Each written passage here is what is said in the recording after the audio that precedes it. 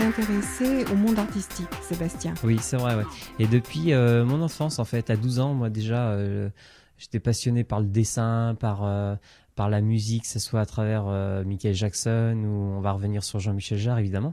Parce que dans les années 86, moi j'avais 12 ans, puis qu'est-ce qui passait à la radio tous les jours presque? C'était Rendez-vous 4, des thèmes, parce qu'il y avait un grand concert à Houston. Alors, quand on est gamin, évidemment, on ne peut qu'être ébloui et admiratif d'un travail comme ça, parce que c'est monstrueux à faire déjà un projet comme ça. Le mélange des sons, les lumières. Les lumières, et quand voilà, il y avait des titres qui passaient à la radio, il y avait des vidéoclips, je pense surtout à Michael Jackson avec Thriller, la D'autant plus que transformation. c'était les Voilà. premiers clips vidéo qui marquaient notre génération, enfin voilà, ta c'est ça. génération. Et je me souviens même, j'avais demandé à mes parents d'avoir une veste rouge là pour essayer d'imiter un peu Michael Jackson. Pour faire le moonwalk. C'était marrant, ouais. Et il y avait, puis après, il y avait les films qui ont marqué la génération Star Wars. Tu as eu l'annonce ou on va l'écouter puis on te donnera le titre. 132 BPM, c'est un titre que j'ai composé. Alors voilà. En 2001. C'était 2001. Suite à l'album que j'ai réalisé en autoproduction, la machine 132 BPM en 2001. 2001, on écoute. Qu'est-ce qu'ils ont fait?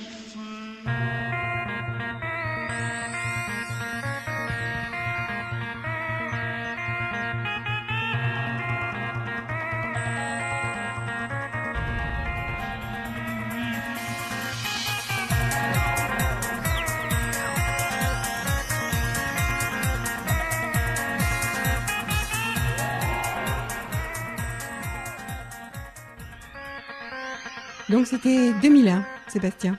Oui, j'ai produit à 300 exemplaires. D'accord. Et cette création, c'était pour accompagner? Alors en fait, on a entendu sur le morceau une espèce de voix virtuelle, parce que c'était un personnage que j'avais imaginé qui s'appelle Una, Hunaa. Et c'était un concept pour faire des musiques pour enfants, avec une histoire d'un extraterrestre qui vient et qui chante voilà, des mélodies sur la musique électronique. Donc c'était la voix justement du personnage Una qui est créé à partir sur des samples, des échantillons sur mon 732 BPM. D'accord. Est-ce que tu as investi énormément là depuis 10 ans en matériel et tout ça? Alors maintenant, c'est vrai que j'ai un studio à la maison, un home studio avec 7 synthétiseurs et aussi un instrument rare qui s'appelle le Theremin. Oui, allez, tiens, on parle de Theremin. Voilà, parce que moi, évidemment, c'est une émission de radio, donc on peut pas le voir. Je l'ai emmené, il est à côté de nous là, et on prendra une photo pour le blog de la radio, justement.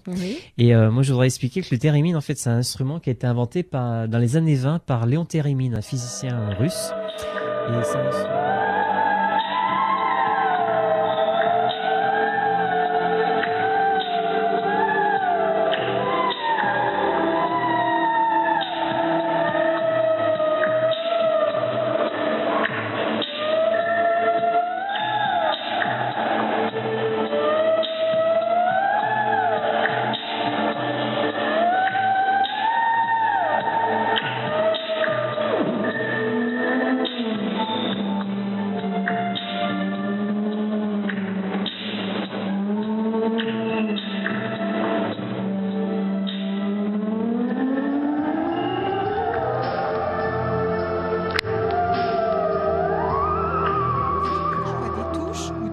Que là, voilà. Mais là, non, c'est un boîtier. C'est quelque chose de particulier parce qu'on imagine un boîtier en bois avec un petit circuit électronique.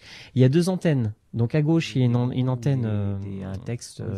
Dans le monde électronique, c'est beaucoup des mots en anglais parce que c'est facile à exporter. Pour les radios, c'est quelque chose de facile à jouer, à mixer. Donc voilà, j'étais plus parti sur un titre club.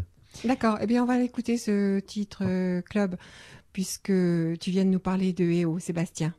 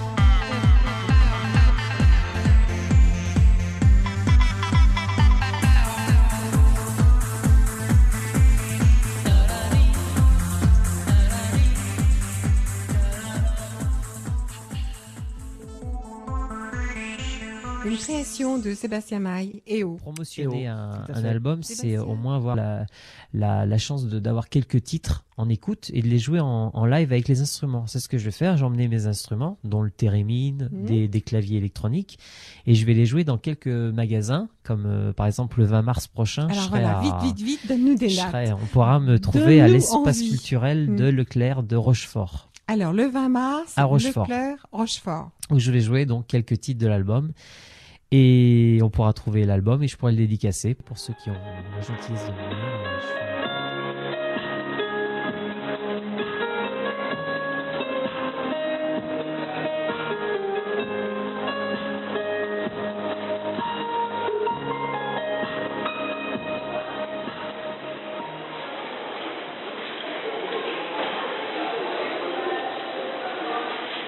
Tous à vos Voilà. agendas, notez bien 20 mars, Rochefort. 20 Ensuite, mars, il y a le 10 avril par exemple à Limoges. d'accord. Ah, on est toujours dans un Leclerc. Un petit peu plus tard, le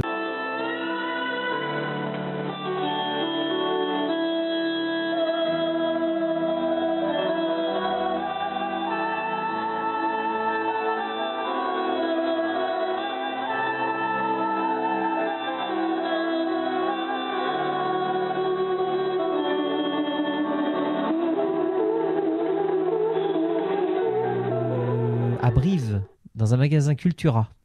Oui. Qui, l'année dernière, je me souviens, on avait mis en dépôt-vente 10 CD, ils sont partis en 15 jours.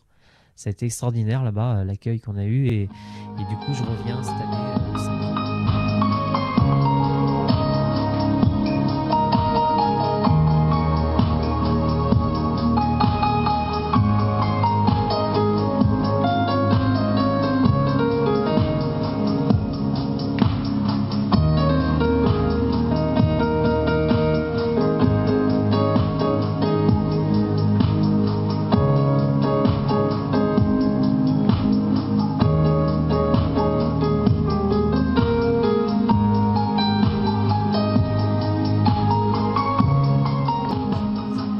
Et après, il y aura aussi un petit passage en Lozère avec un partenaire, le groupe hôtelier HRB, où je jouerai au château du au Rocher Blanc. Alors, c'est quoi là? C'était Alors, le encore Rocher une Blanc. autre histoire. Ça. Alors en fait, ça c'est une rencontre avec un restaurateur qui a 3 ou 4 restaurants en Lozère.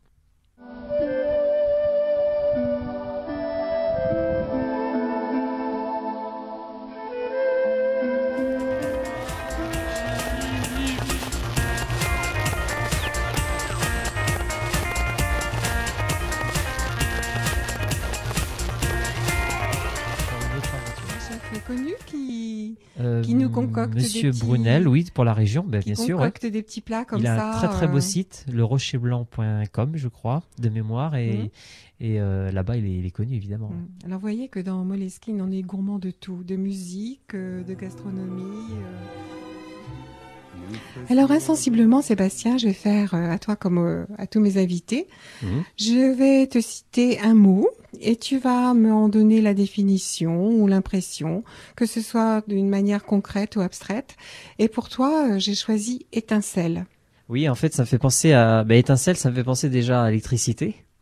À l'électricité, évidemment, pour moi, avec les connexions synthétiques, les synthétiseurs, les étincelles pour les feux d'artifice. Puis l'étincelle, comme je parlais au début de la vie, par rapport à la vie.